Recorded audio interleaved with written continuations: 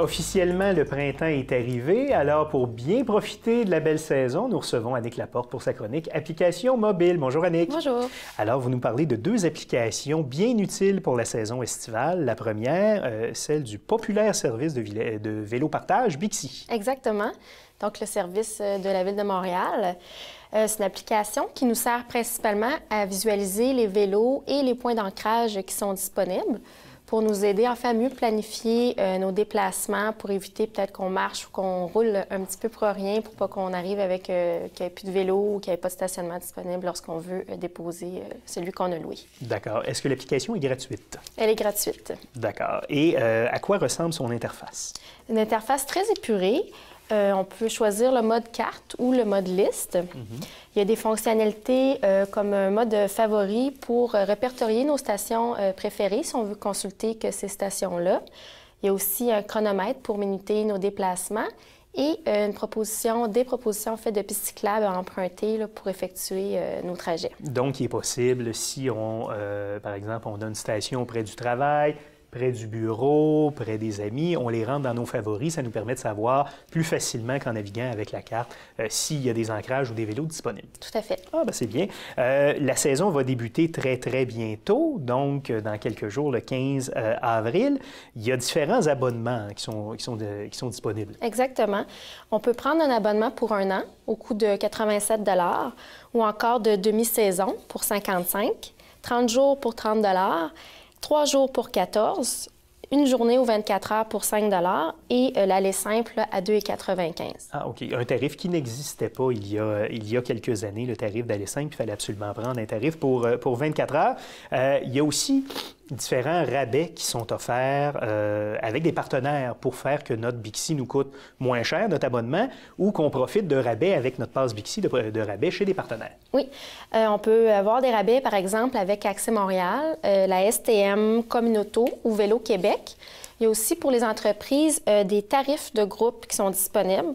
Donc, si on veut avoir plus de détails concernant cela, il y a tout ça sur le site web dont l'adresse apparaît présentement à l'écran. Donc, voilà. Et il faut noter qu'il y aura une mise à jour de l'application au début de la saison, donc aux alentours du 15 avril. Oui, très chouette. On va pouvoir créer son propre profil, avoir l'historique de nos déplacements, des statistiques concernant ceux-ci.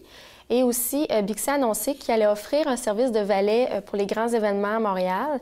C'est pas précisé encore lesquels, mais on peut deviner là, que ça va être relié beaucoup au quartier des spectacles, donc les festivals de jazz, les francopholies, Juste pour rire, etc. Ah, donc c'est une belle amélioration à un service très populaire. Il y a une autre application dont vous voulez nous parler aujourd'hui qui s'appelle Sport Match. Oui, c'est une application pour trouver un partenaire avec qui effectuer une activité sportive, donc d'où le nom qui s'appelle Sport Match ou Sport Match. Oui.